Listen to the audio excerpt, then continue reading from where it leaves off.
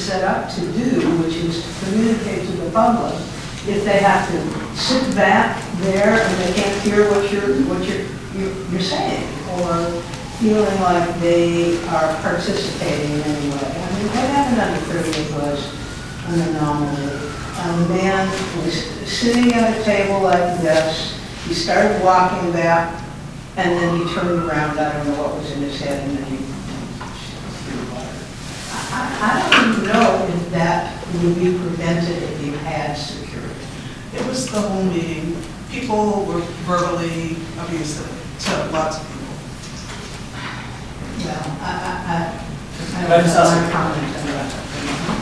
That's asking clarification. So are you saying that you intend to think about or to consider extending a barrier along this wall and this wall? I mean, I understand Mr. Handelman's concern, but my concern is that extending the barrier in a U shape means that we give up that kind of intercept zone between somebody who is moving out of the public area and into the area where CRC is. A U shape or an L shape? I was thinking more like just like a line coming here from the wall. I mean, I think an L or a U would still have the same questions. That's why I didn't interrupt. Is it possible to clarify what we mean by media? Is it only someone with a camera? Because that's different than someone who is representing the media, the various media in the room. So I'm wondering, just because to me we're kind of conflating public and media here in a way that may not be germane for security reasons necessarily. Maybe it is. But can we define what we mean by media?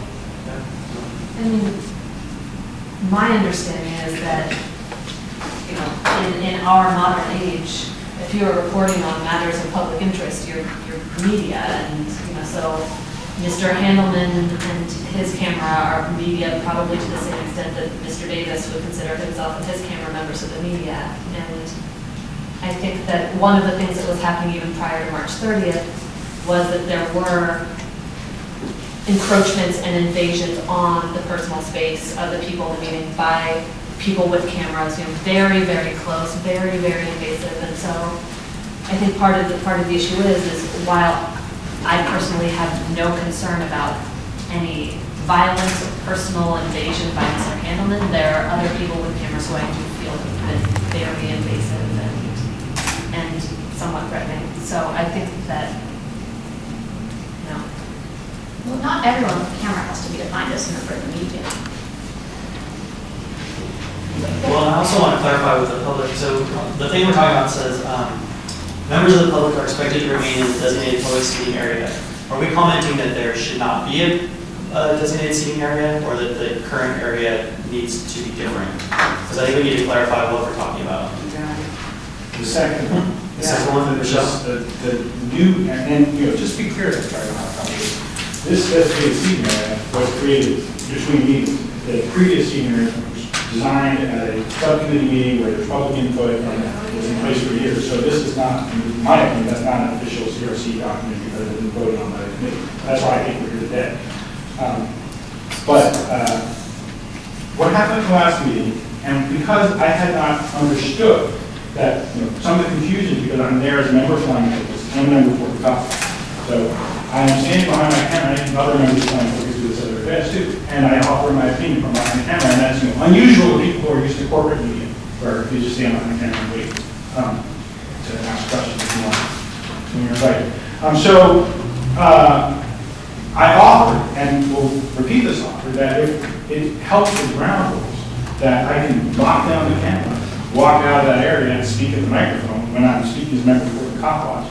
But I think that we should not cut off the sides to persons from the media. I think that the Oregonian and the Mercury and the Tribune probably want to go forward and take pictures of the town spaces, even if just for a couple of seconds, so it's not a picture of the face. I think you had a hearing in this room when Ron Fashero was accused of tasering somebody shortly after Aaron Campbell was shot, and you had 3 or 4 cameras in this room. And with everybody with a video camera had to stand beyond where I was, they were getting a worse picture than the one that I showed you. So I don't think that's, the time, place, and manner restrictions have to be reasonable. That's what the court said, when you interrupt the First Amendment, it has to be reasonable. And we wrote in our note to you, and I will say it again, it's reasonable to say you have to stay in one place. It's reasonable to say you shouldn't stand in front of other people. It's not reasonable to say you can't get the faces of all participants in the meeting. That's not reasonable. So Dan, looking at this chart, just so that it's all clear, what would you suggest? What are you suggesting? I'm suggesting that at the very least, that media be allowed on the sides. I agree though with Ms. Iona and Dr. Silver that one of the only reasons I can hear what's going on is I have a microphone stuck up at the committee's face, so to speak, on their table, and I can hear it through my headphones. But generally, it's very hard to hear what's going on, even when you're that close. So it sounds like the general recommendation is to provide seating on the side. Is that about it? Right, and as Ms. Iona said, you put up some kind of velvet rope type setup, where people couldn't easily break through that barricade and run up to the table and do something unwanted. If that's the solution, it seems like that's better and more accommodating to the community than saying that, say that. And I just want to credit, if you go to city council meetings, they allow the TV cameras right by where the city attorney's desk is, which is quite close to where city council is, and with a view of the people who are testifying and a view of the faces of the city council people. And their space, I'm guessing, seems somewhat more intimate than the room that you guys are in. And I understand that what happened on March 30th was a traumatizing event, but I also think that, and I agree with Rochelle, it's probably an anomaly. And I don't know, I think this might be, this is overkill right here. And so I do think, but I agree with Dan. I mean, why not put up, some sort of a, if you can't afford those, whatever you call the things with the velvet rope, put chairs up and get some cording from the fabric store and make a line so that it's really clear where it's supposed to be and not be. So, but that way I think you'll have more of a sense of your space. And I think people will, I hope, certainly hopeful that people will respect that. We shall see. Some more comment, please, Cersei? I do think that this issue of taking pictures, distracting the audience with commentary, picture taking or videotaping is an issue, but it is not about media and media location. And I think that they are being, I'm worried about them being a little bit inflated here. And I think that they could be addressed more specifically or separately. I don't even know if the media needs to be addressed in the ground rules or not, but there could be some clarification. So I think my concern is that if you asked Mr. Davis if he was a member of the media, he would say yes. And I think that he is one of the people that has been one of the biggest offenders and really invading space and really not responding to the rules. And so I don't know how we define media. If someone says, I'm reporting matters of public interest and I'm putting them on YouTube and I'm sharing them with people and disseminating these things, I don't know how we could say, well, you're not media, and say that Mr. Hanlon's fine focus is. But I think what I'm suggesting is that the rule would be you have to stay in one place. And then you wouldn't be able to get, there'd be a rope up around, you couldn't get up in people's spaces. So all the media would be treated equally, but we have access to take the pictures that we need to tell our stories. I think that's what I'm suggesting. So what I'm hearing is that it's not the fact that there is a space where the designated public should be and remain, but that space should be changed to accommodate better hearing, possible better vision, and possible better video and film. Right? And so, Okay. And so far, do you guys feel like you have enough information to kind of reflect on this and do this meeting?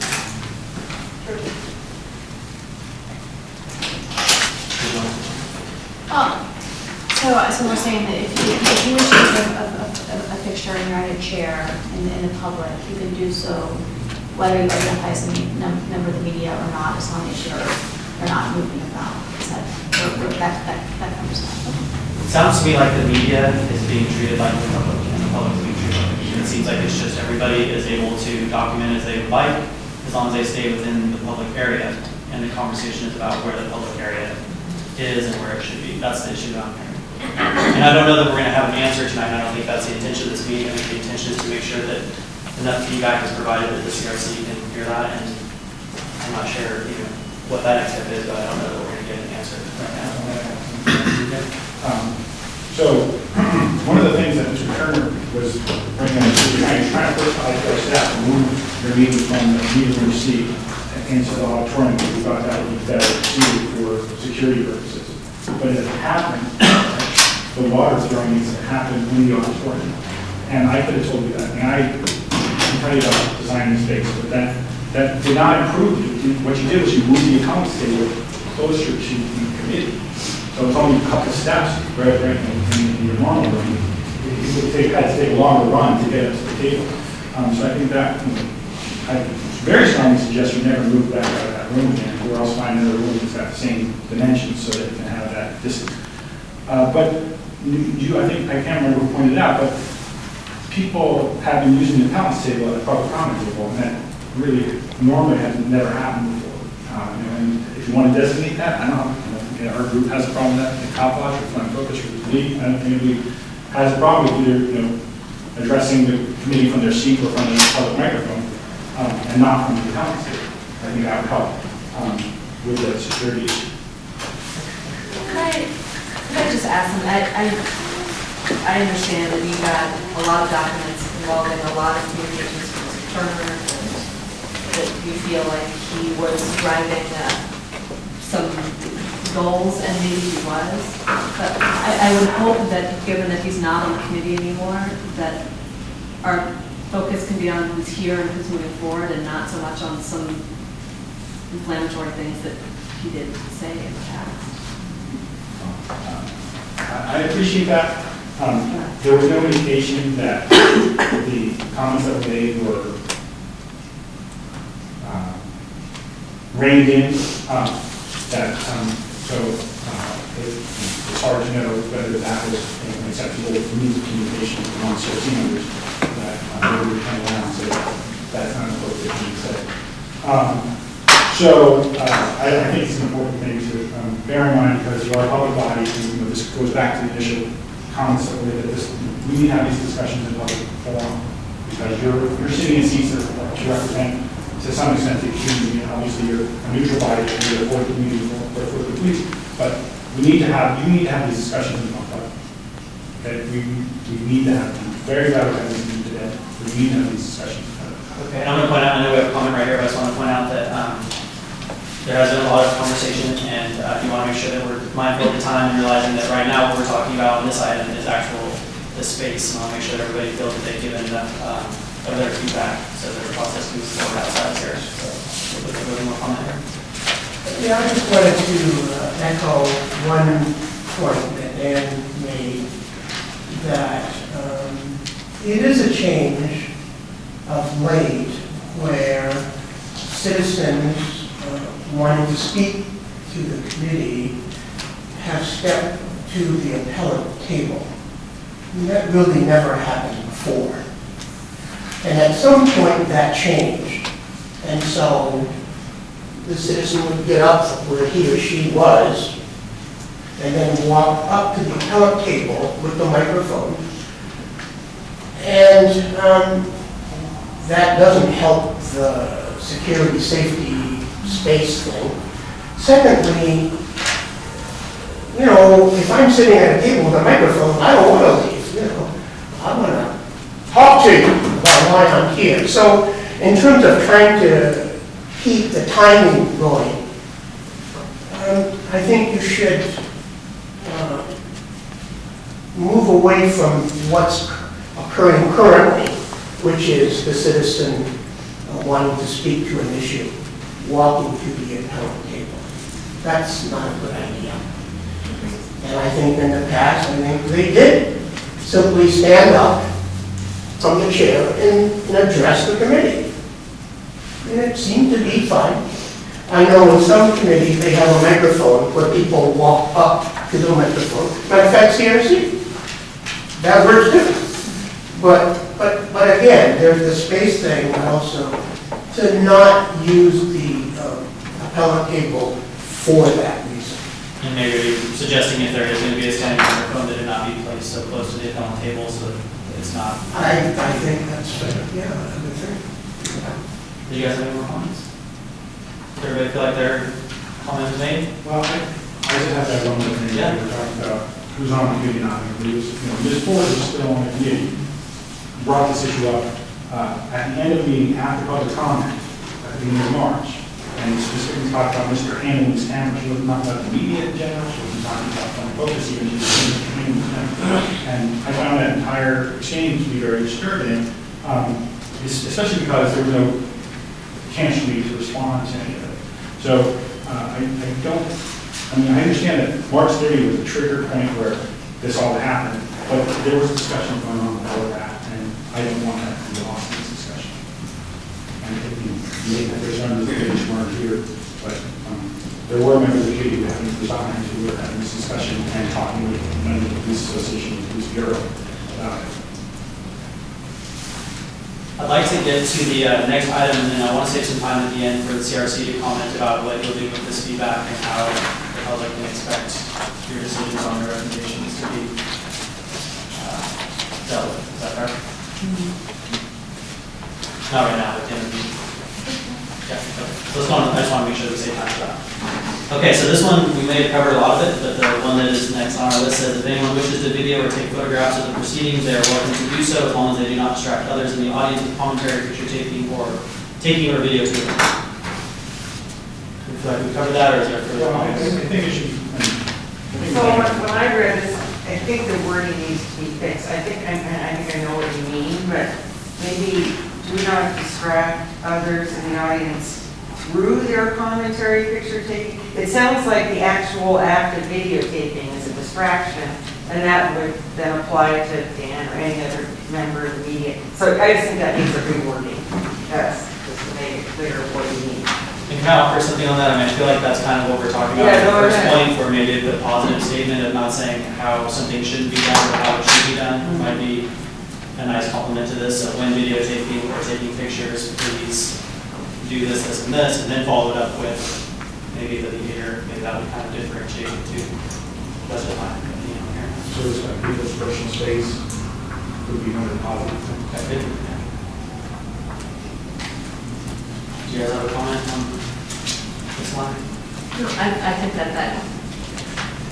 I'm glad you understood what we meant there. Yeah, if I read it, it doesn't sound right, Kind of yeah. Moving in front of people while you're I get what the you camera mean. with the sound going ding, ding, ding, you know, that kind of thing can be very distracting. I know what you mean. Take pictures, Yeah. take videos, that's not. I do think that sometimes people taking pictures need to move, like the person who just left the room, moving quite a bit, around the room as he was taking pictures, and it wasn't distracting. I hardly noticed it if we hadn't been talking about that very issue.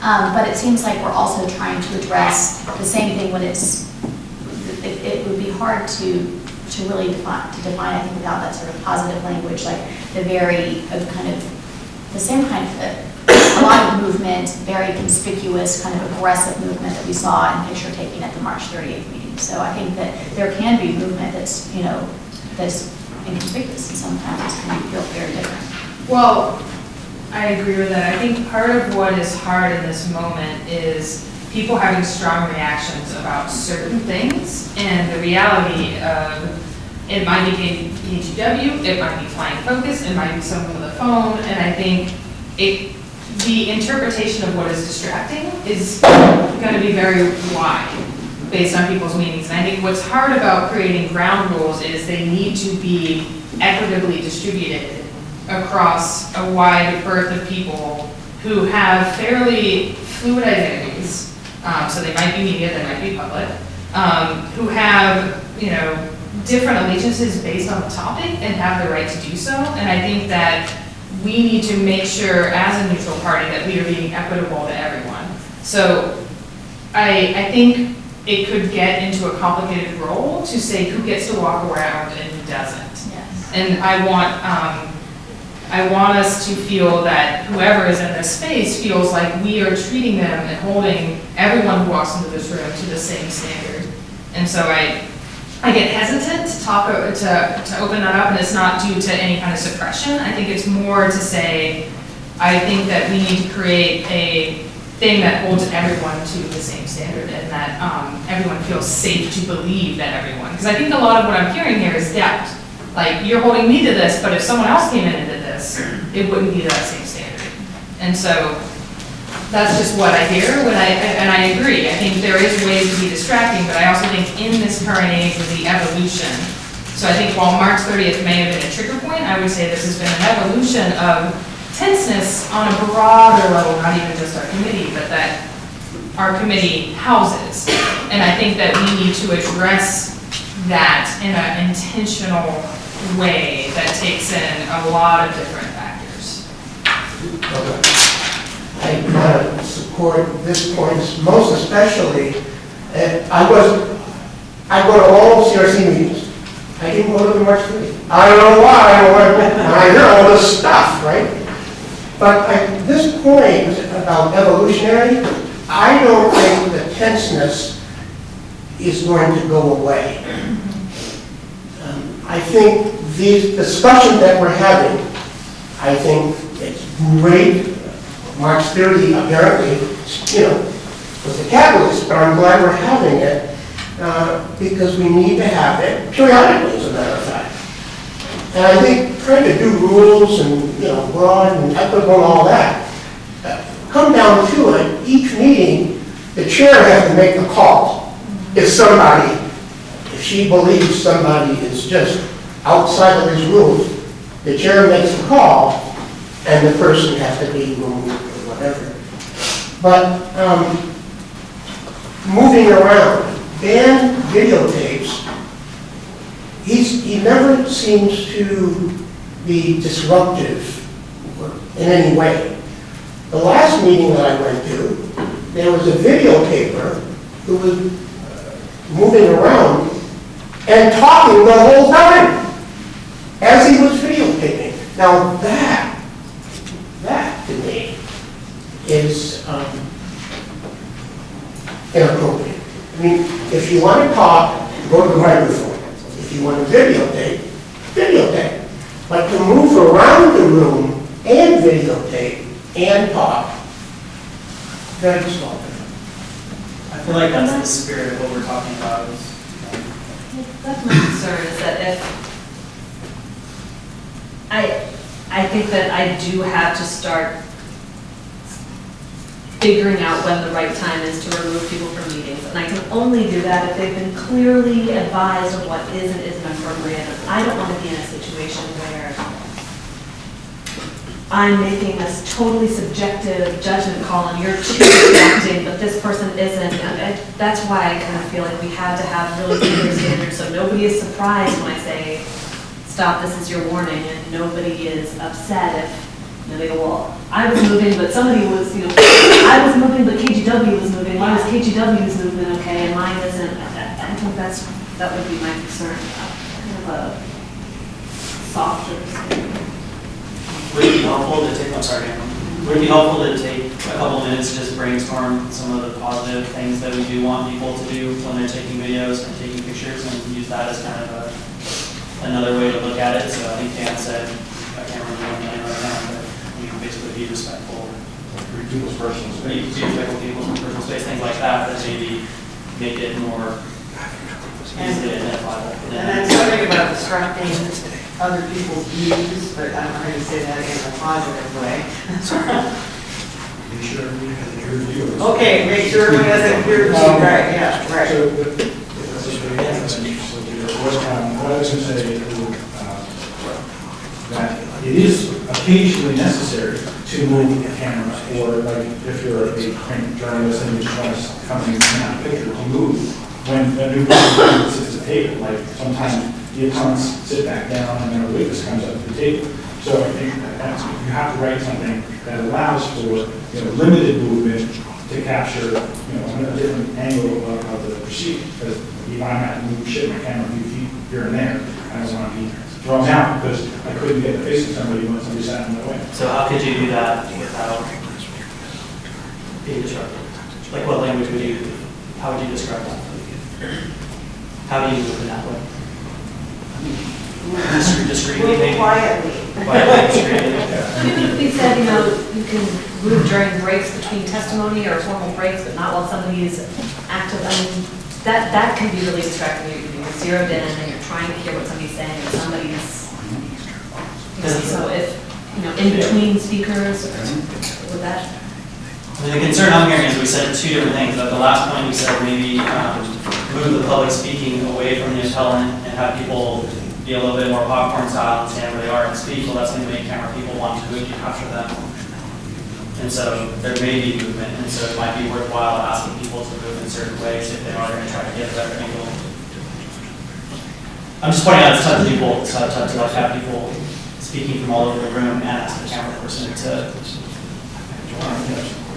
I don't have a specific one, but I'm just thinking, limited movement and is acceptable if there are participants, if the chain of participants, or if a media person needs to get a better idea of something better. Constantly movement about that. I think that's what we're trying to get. Or Frequent movement, Well, first of all, this concern is not just a CREC concern, it's a widespread concern. So the verbalism. But the second thing is you cannot possibly write all the rules for what may happen.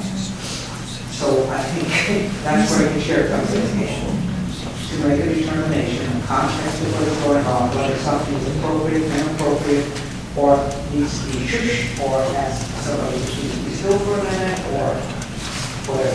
But you cannot possibly write the rules for the meeting. Catherine, I'd like to say something about that because I think that's a great point. And I feel like what I'm hearing a lot of is that people that are in the room are maybe seeing their actions being prohibited in here. And I'm hearing the CRC saying, no, it's not your actions specifically that are being prohibited, but it's the need to have some sort of guidelines. And so, I mean, I think that that's a good point, which I think leads us right to the next point. Not that I'm trying to jump ahead, but I feel like some of these recommendations can put the public at ease that what they've been doing is not the problem, it's what we're afraid of might happen. And with that, I'll stop. I just want to see if anybody else has a comment on this item before we move forward.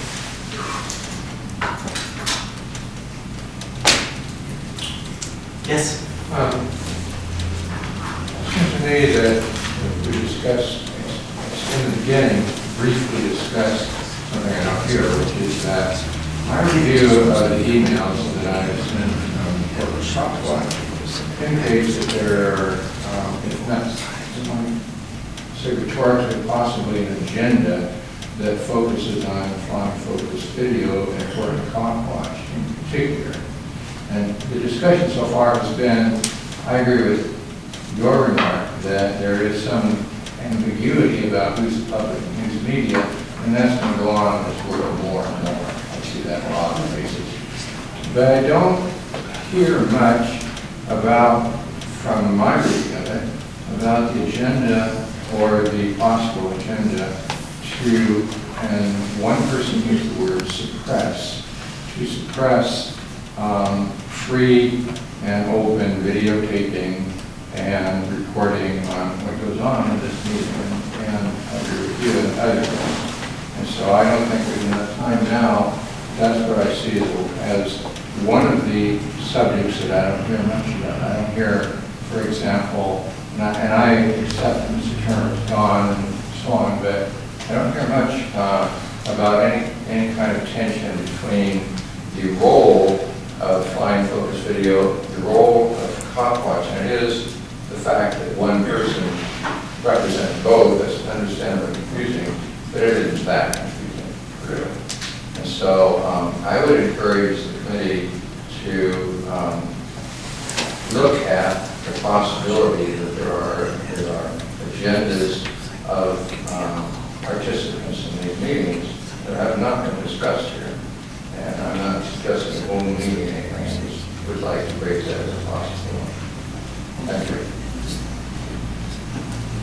I'm wondering if I can offer, because I feel like as I kind of apologize for coming late to this meeting, I was learning in the office, but coming in late, I see kind of two things. So there's a need to run these meetings in a collective, efficient, safe, for everyone who comes in the door manner. And that is one item.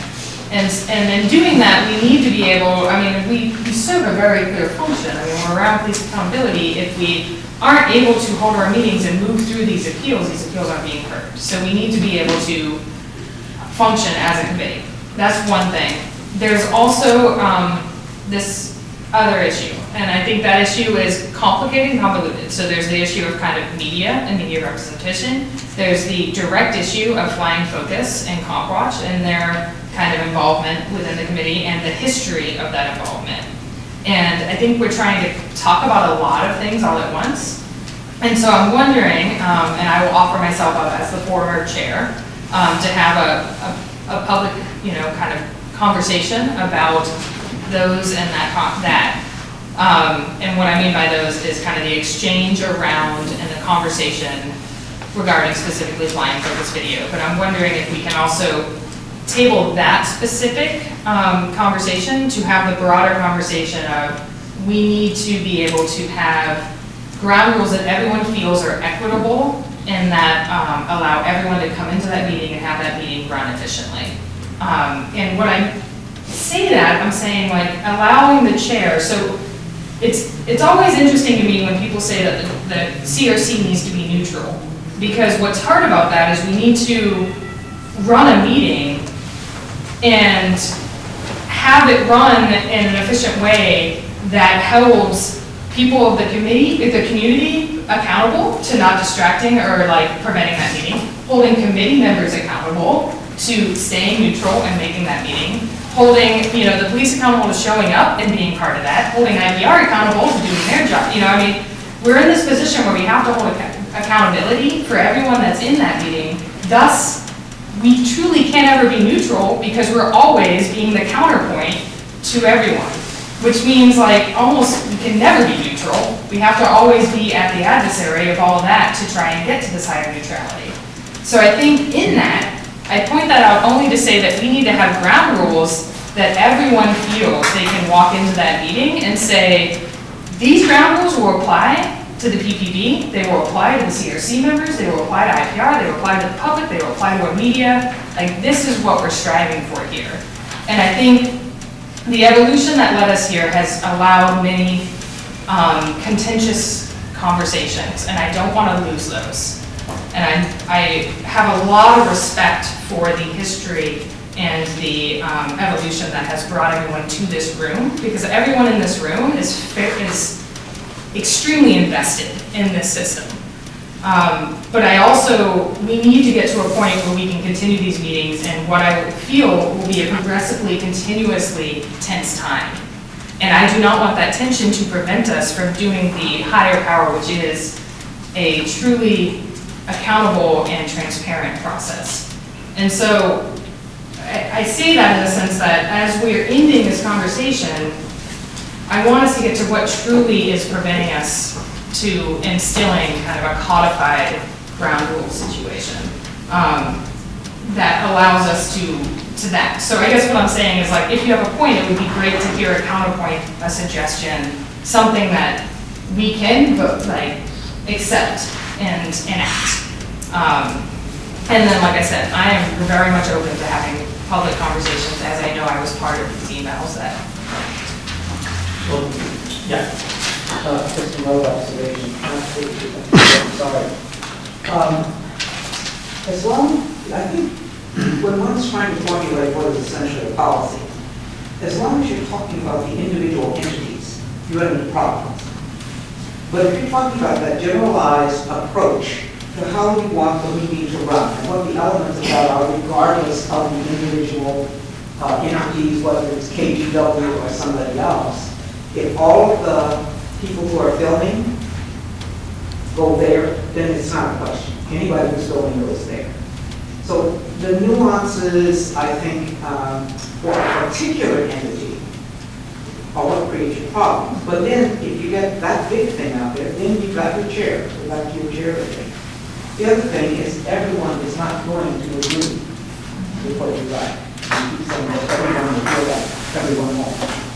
So I'm going to bring us back for a moment because we're at 6 o'clock, and again, the point of this meeting wasn't to come to any resolution or decisions or to change the document, but to let the community have a chance to give feedback to the CRC members, for the CRCs to acknowledge that they heard that feedback and to commit to at least considering it as they move forward. So in that spirit, I want to get to the last one.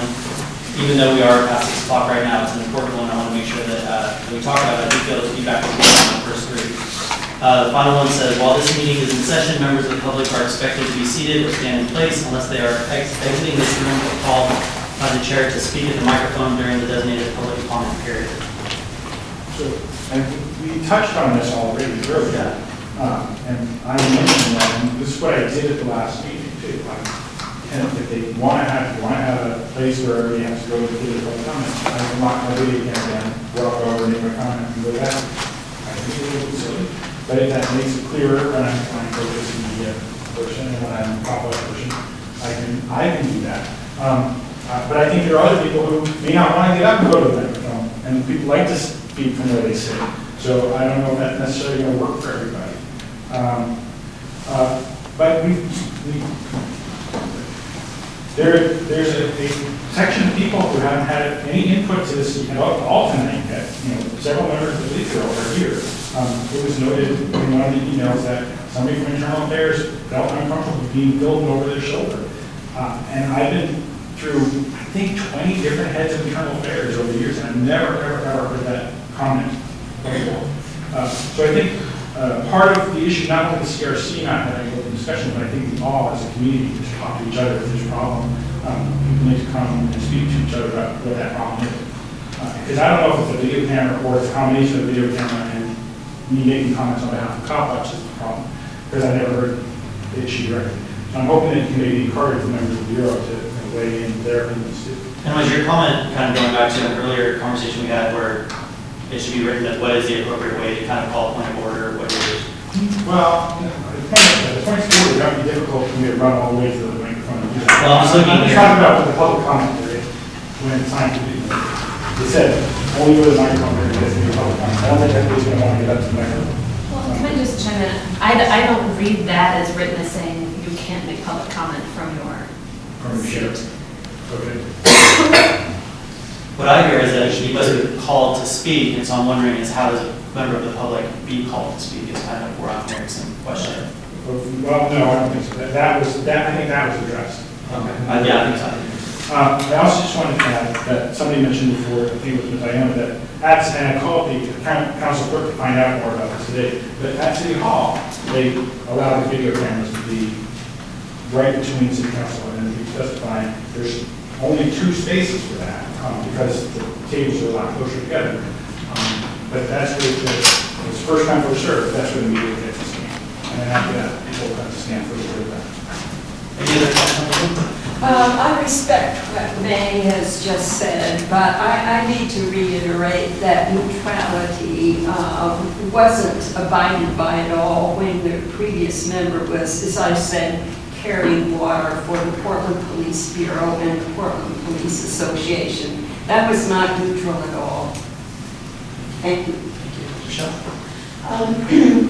I'm sort of disappointed that we haven't heard any comments from the Bureau representatives here because, as I understand, this whole process was shut down because the police were not allowed to come to the last meeting. Is that correct? And so, I would like to know what you guys think about what is being said, if these standards are acceptable to you or not.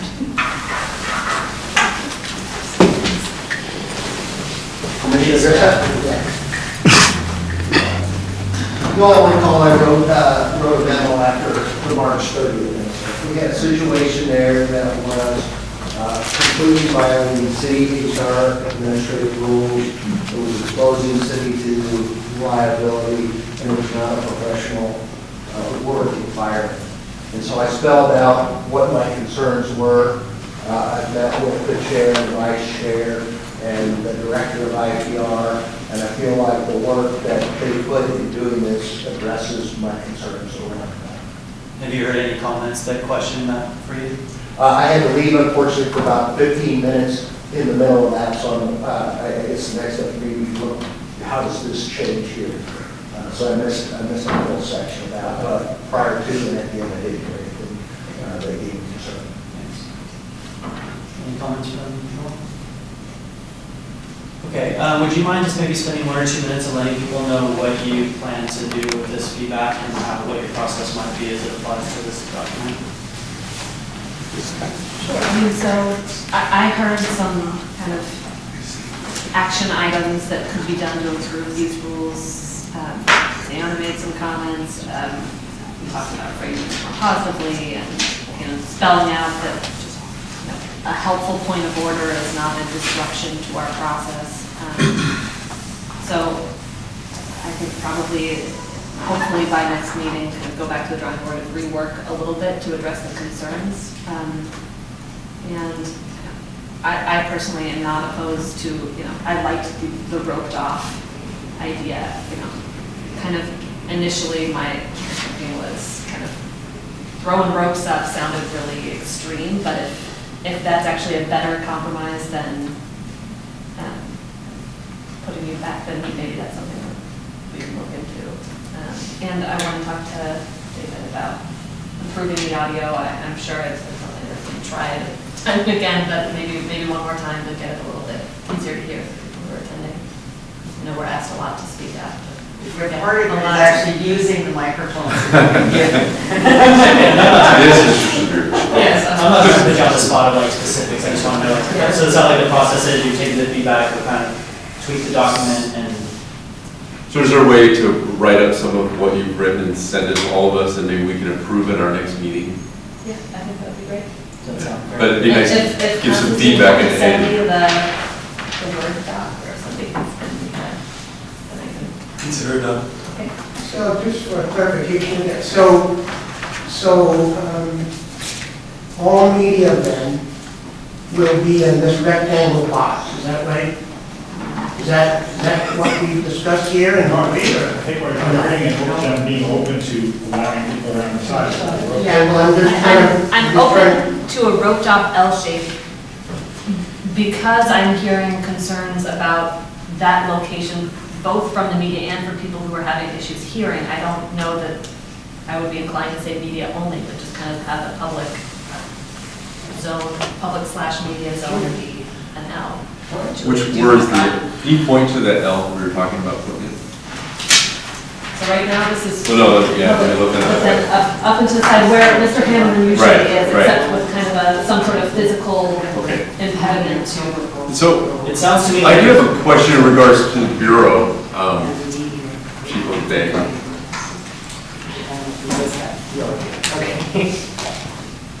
We got a question for you, Chief. Okay, so I feel like a lot of these rules are being written for a particular person, the limited time I've been there, and that is someone who's wandering around the room, videotaping people as they're talking. And I feel like what Mr. Hendelman's doing is not that at all. He's a stationary spot, and he's not making commentary during what's going on. And I'm just wondering if that would, a big part of a concern going on is that.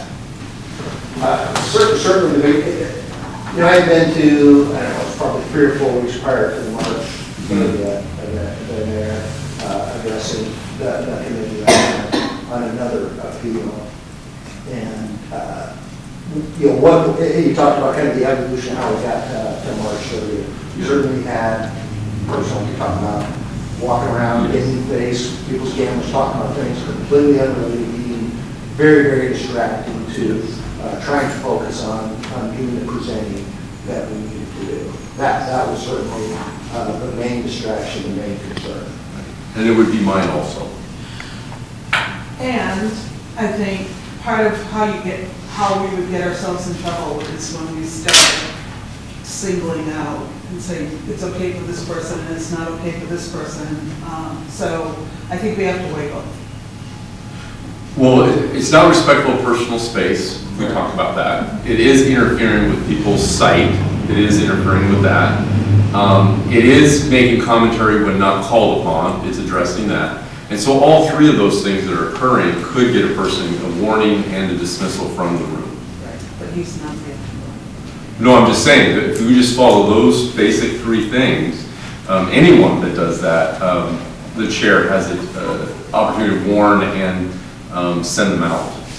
And I feel like that's the direction we're headed, which is saying that, participating, filming, and photographing isn't inherently disruptive. Right. Correct. But does this issue, and I don't know how valid this concern was about the over-the-shoulder thing, but does this scenario address that concern, or does that concern need to be addressed at all? What concern? The Bureau's concern?